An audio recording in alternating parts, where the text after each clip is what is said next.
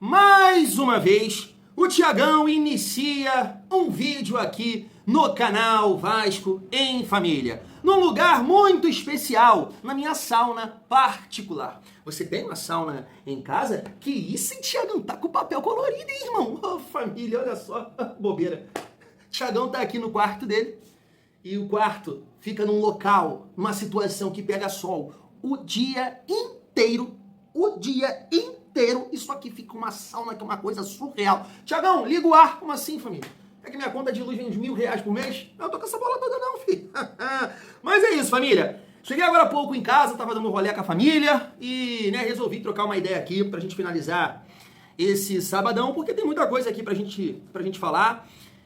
Tava vendo um corte aqui do Rizek no programa Seleção Sport TV, trazendo detalhes dessa negociação que está acontecendo, Vasco e Marcos Lamacchia. Vou passar aqui para vocês. Falar, claro, sobre mercado da bola, porque a gente tem aqui uma informação do Chiliquento Rocha sobre o Douglas Luiz. Olha só, família, eu acho muito difícil, mas tem, segundo ele, alguma coisa acontecendo. Falar com vocês sobre o Breno Lopes.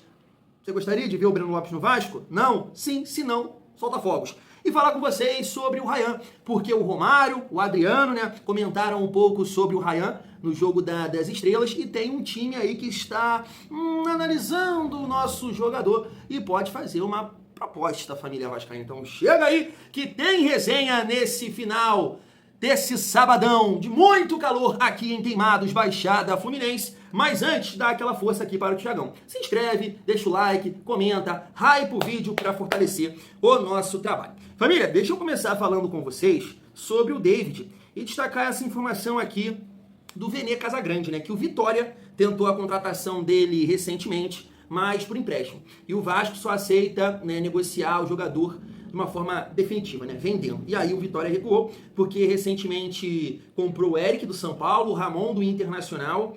Eu acho que comprou mais 2 jogadores. E aí deu um passo para trás em relação ao David. Eu gostaria da saída do David, não só do David, mas eu acho muito difícil, família, porque são jogadores que têm um bom salário e eu acho que assim, tenho certeza, o mercado desses jogadores na Série A é de uma galera que não tem condição de pagar. O David é para jogar, sei lá, na Chapecoense, que subiu, de repente num Mirassol, não sei, e não vão pagar o valor que o David ganha no Vasco, assim como o Hugo Moura. Mas eu vou aproveitar esse gancho aqui, mesmo nessa sauna, para trocar uma ideia com vocês, porque eu gosto, E assim, é uma forma também de eu demonstrar que eu vejo aqui os comentários. Mas assim, recentemente, o Casimiro e o Pedrosa fizeram uma live juntos, e aí montaram ali a barca do Vasco. E aí eu tenho certeza que não teve um que foi lá atazanar a vida do Casimiro, que tá com muito papel. E o Pedrosa, que outro dia eu tava vendo aí, falando, tirando uma onda, que ele que deu essa informação e todo mundo tava repercutindo sobre o Marcos Lamacchia, na praia, tomando uma, felizão, relaxado, e ninguém foi perturbar esses caras. Mas o Thiagão na sauna, a galera quer perturbar. Quando eu falo aqui que o Felipe Coutinho tem que permanecer no Vasco, mas reduzindo o salário. Quando eu falo que o Hugo Moura tem que sair, ou o David tem que sair, aparece aqui os senhores do futebol. Que isso? É os caras que entendem. São gestores. São formados em Harvard, na UEFA, na FIFA, sabe? Eles têm diploma sobre isso. E aí vem dar uma lição de moral aqui no Thiagão. Gente, pelo amor de Deus, sabe?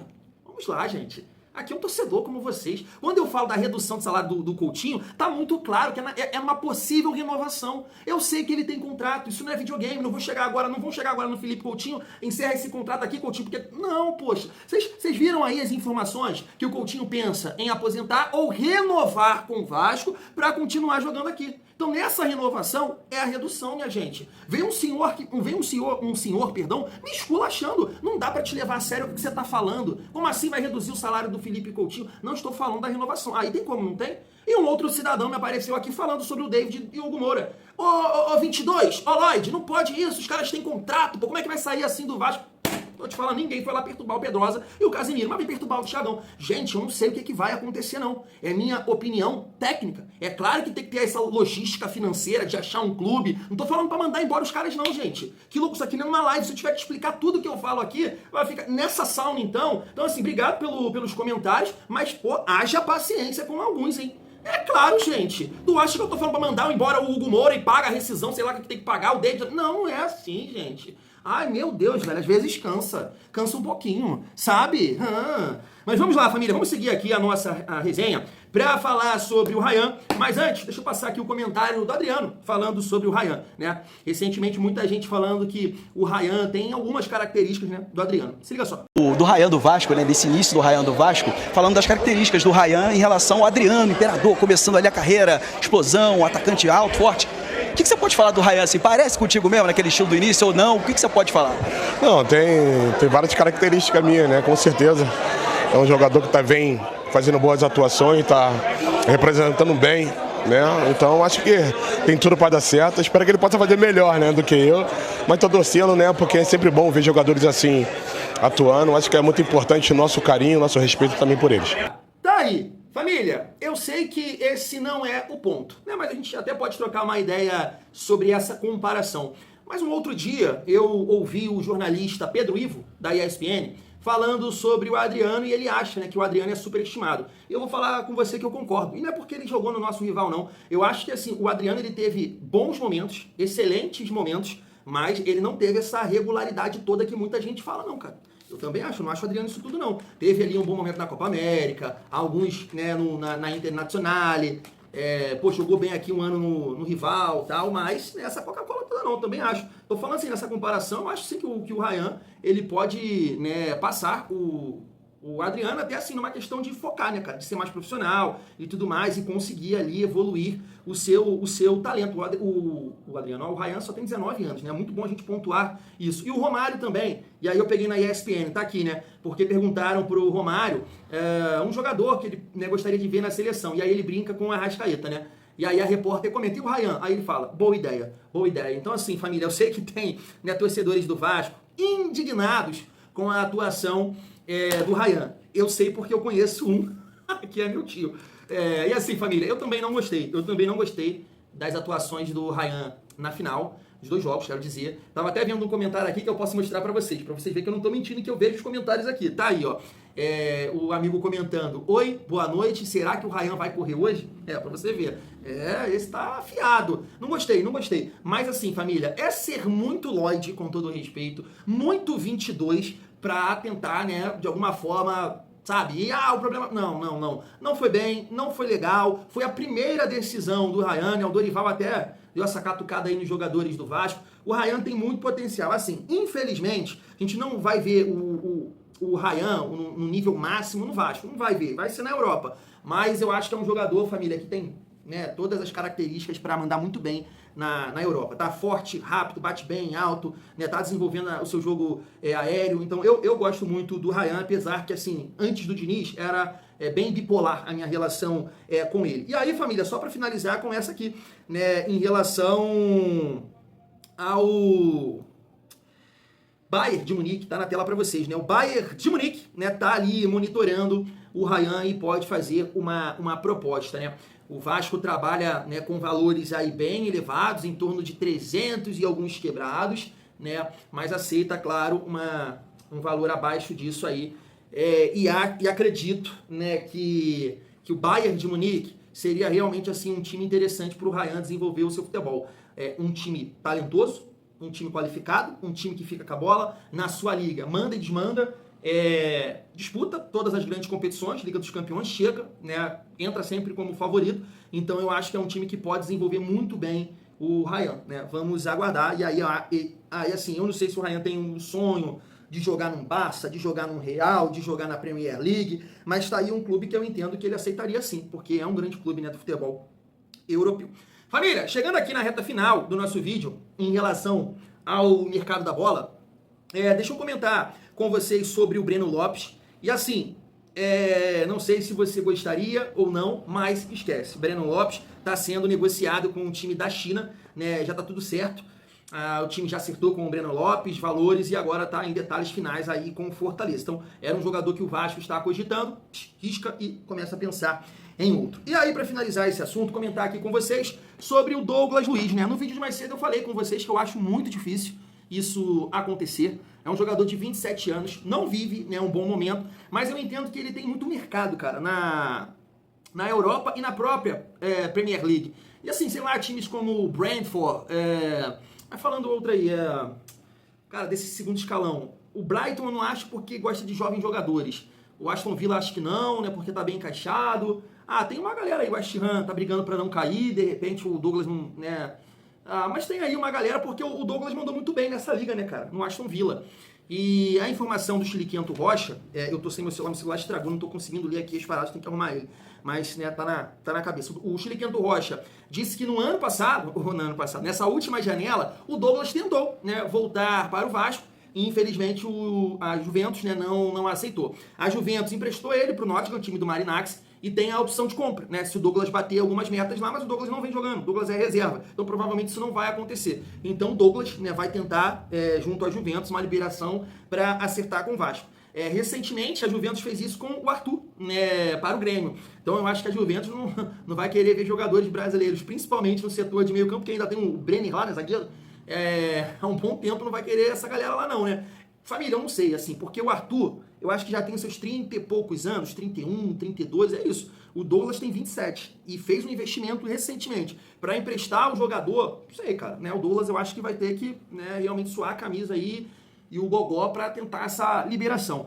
Como torcedor, assim, família, financeiramente, tudo isso eu tô falando, eu acho muito difícil acontecer, mas já que tem conversas, vamos ver. Tecnicamente falando, agregaria demais. Nossa, agregaria demais, porque é um jogador qualificado, é um jogador que aprendeu muito na Europa, pode ter alguma dificuldade nessa questão de pegada, não é um jogador tão intenso, mas é um jogador que já melhora a condição física do Vasco, já melhora, ele é mais forte que o Thiago Mendes, eu acho que encaixa perfeitamente uma cabeça de área com ele e o Barros. Jogador que tem lançamento, tem um chute de fora da área, tem personalidade, é uma liderança, chegaria para, né, hoje na carreira nesse momento da carreira do Douglas, chegaria para ser líder, sabe? Para tentar mexer com o vestiário, e é vascaíno e quer entregar alguma coisa, quer viver alguma coisa no Vasco, né, para entregar para os seus torcedores. Então, assim, eu acho que não tem, né? É um nome que, poxa, não acredito que vai ter um vascaíno que vai reclamar do Douglas Luiz voltando pro Vasco. Eu realmente, poxa, ia gostar muito de ver esse jogador, tem muito recurso, seria, assim, uma excelente contratação. Não tem caô, né, família? Não tem, esse nome não tem caô. Só tem, assim, a gente realmente exaltar a vontade do atleta de jogar no Vasco, de jogar, né, com o Felipe Coutinho. Então, assim, eu gostaria muito de ver essa cabeça de área aí, Barros e Douglas. Bom, família, para finalizar a nossa resenha, deixa eu passar aqui para vocês esse corte lá do Rizek falando sobre detalhes dessa negociação e a gente volta aqui para finalizar. Se liga só. O Vasco tem negociações já com Marcos Faria Lamáquia. Ele é filho do José Roberto Lamáquia, dono da Crefisa e marido da Leila Pereira. E é mais um capítulo dessa relação também aí da gestão do Pedrinho com a família Lamáquia, né? A gente vem noticiando nos últimos dias aí esse interesse do Marcos Faria Lamáquia, perdão, que, na verdade, esse interesse já vem antes até da retirada da 777 ali do quadro societário do Vasco, né? A gente lembra, assim, para contextualizar para a audiência, o Vasco tinha vendido o futebol para a 777, então o clube tinha 30% e vendeu 70% das ações da SAF para a 777. Mas quando afastou a empresa americana, a 777 ficou com 31%, que era o que ela já tinha aportado no clube, e esses 39% restantes estão em discussão na justiça. Então são esses 39% e parte dos 30% do Vasco que o Vasco aí está negociando para arranjar um investidor, né, para a SAF do clube. É uma SAF que já vem aí desde maio do ano passado sobrevivendo pelas próprias finanças ali, né, sem a ajuda de um investidor externo, e dessa relação do Vasco ali com a família Lamáquia, que é uma coisa que trouxe o Pedrinho mesmo, né, desde antes da eleição do Pedrinho, o presidente do Vasco já tinha conversas ali. O primeiro namoro entre Crefisa e Pedrinho, por exemplo, foi para a compra de um possível naming rights de São Januário, né, após a reforma do estádio do Vasco. Esse primeiro passo foi a compra dos naming rights. Acabou não acontecendo, a reforma de São Januário ainda não aconteceu. O segundo passo foi mesmo quando o Vasco tirou a ação, tirou a 77 pela ação na justiça, e aí a Crefisa seria a investidora do clube. Também não aconteceu, os números acabaram ali não chegando a um acordo, né, no fim da ligação do Josh Wander, por exemplo, que era o dono da 777, com o próprio José Roberto Lamáquia, e neste momento a negociação entre família Lamáquia e Vasco acontece ali como o rosto dessa negociação sendo filho do José Roberto, Marcos Faria Lima, que é um empresário discreto, assim, a gente não tem muitas informações, né, sobre a vida pessoal dele, por exemplo, mas o que a gente sabe é que ele é filho do José Roberto Lamáquia, com uma dos herdeiros do Banco Alfa, assim, então ele vem de uma família muito rica, ele tem experiência na gestão dos negócios da família mesmo, por exemplo, ele foi diretor da Crefisa por um tempo, também trabalhou, ele criou uma gestora de investimentos que cuidava aí de todas as ações da família, enfim, então é mais um capítulo dessa tentativa do Vasco de negociar a venda da SAF, né, de arrumar mais investimentos para tocar o futebol nos próximos anos. Só que a grande questão do Marcos Faria Lima, do Marcos Faria Lamáquia, é que nenhum investidor chegou ao passo em que essa negociação está, por exemplo. A gente lembra do nome do Marinax, o grego que é dono do Nottingham Forest, que não avançou tanto assim. O Radrizzini, por exemplo, italiano, também não avançou tanto assim. Mas neste momento que a gente sabe é que essas conversas com o Marcos Faria Lamáquia estão já mais avançadas do que outras conversas que o Vasco teve para o investidor da SAF. Ainda não tem nada decidido, não tem proposta, não tem ainda como medir os valores, porque o Vasco ainda não terminou o seu próprio valuation ali, né, para saber por quanto o Vasco poderia vender essa SAF, até porque essa questão da porcentagem das ações ainda está sendo debatida, mas fato é que essas conversas estão acontecendo sim, Rizek. Então, eu não sei se eu posso chamar nesse momento essa possível sociedade do Vasco com a Crefisa. Seria tecnicamente a Crefisa entrando no Vasco, Bruno? Seria tecnicamente plausível afirmar isso ou tecnicamente não seria? Então, em outro momento foi. Neste momento não, porque o Marcos Faria ele não faz parte da Crefisa mais, né? Então seria possivelmente no nome de outra empresa, no nome de uma própria empresa do Marcos Faria Lamáquia, sim, mas não é. A questão é que a Crefisa já tem, por exemplo, aportado um empréstimo de 80 milhões de reais, né, neste ano mesmo. Tem 3 meses aí que o Vasco pegou esse empréstimo com a Crefisa, e a Crefisa será ouvida muito provavelmente para um próximo empréstimo agora em janeiro, né? A questão é mais com a família Lamáquia do que com a Crefisa, especificamente. Porque no ano passado, quando o Pedrinho consegue a rescisão com a 777, se eu falar bobagem, você me corrige, tá, Bruno? Embora a Crefisa, duvido que vá confirmar o que eu estou falando, mas a informação que eu tenho de uma fonte muito segura é de que o Pedrinho e o dono da Crefisa, o Lamáquia, viajaram para os Estados Unidos, tiveram uma longa negociação e a ideia era fechar o acordo lá, viajaram para fechar o acordo. E na hora de assinar, chegaram aos valores, apertaram a mão, na hora de assinar, por alguma razão a Crefisa preferiu ter mais cautela e não entrar no Vasco. O Pedrinho estava com grande expectativa de que isso fosse acontecer e a Crefisa colocou o pé no freio. Me parece, pelo que eu li no noticiário, e de novo, Bruno, se eu falar uma bobagem você me corrige, me parece que agora é a família arrumando um outro jeito de entrar no Vasco, que não diretamente pela empresa que hoje patrocina o Palmeiras. Está correta a minha leitura, Bruno? Perfeito, Rizek. No ano passado, assim que o Vasco tira 777, aí é importante a gente esclarecer o torcedor. Era a Crefisa mesmo, assim. A gente até trouxe os valores na época, assim, por cerca de 110 milhões de dólares ali, que o Vasco negociava a parte do Vasco, né, e essa questão toda ali da arbitragem. Inclusive ali, era até um momento prévio à ação mesmo. O Vasco a Crefisa já negociava com a 777, por isso você cita essa viagem para os Estados Unidos, porque era a Crefisa entrando no bolo, mas houve uma divergência na forma do pagamento, os americanos, porque a gente tem que lembrar também o contexto da 777, né? A 777 foi liquidada, assim, praticamente faliu, e naquele momento ela queria um pagamento à vista, né, praticamente nesse time. Houve uma série de divergências ali entre o processo e acabou caindo essa negociação, o que acabou gerando também um afastamento entre Pedrinho e a família Lamáquia, assim. O que a gente apurou aí nas últimas semanas, e essa reaproximação já acontece ali quase desde o meio do ano, agora de 2025, e esse empréstimo da família, da Crefisa, né, de 80 milhões ali, foi um pouco que arrumou essas pontas, sabe? Trouxe de volta essa reaproximação aí, já que a Crefisa é uma instituição financeira, né, e ela foi ouvida no processo de uma seleção que o Vasco abriu, e as melhores condições apresentadas para o Vasco, até por toda a amizade ali entre a família Lamáquia e o Pedrinho, foi da Crefisa mesmo. Mas neste momento mesmo, é a família Lamáquia arranjando um outro motivo, né, uma outra maneira de entrar aí no futebol do Vasco, e sim, seria pelo Marcos Faria Lamáquia, que não tem relação direta com a Leila, não tem relação direta com a Crefisa, mas é filho do José Roberto Lamáquia. Tá aí. Família, assim, como torcedor, fica até repetitivo aqui, né?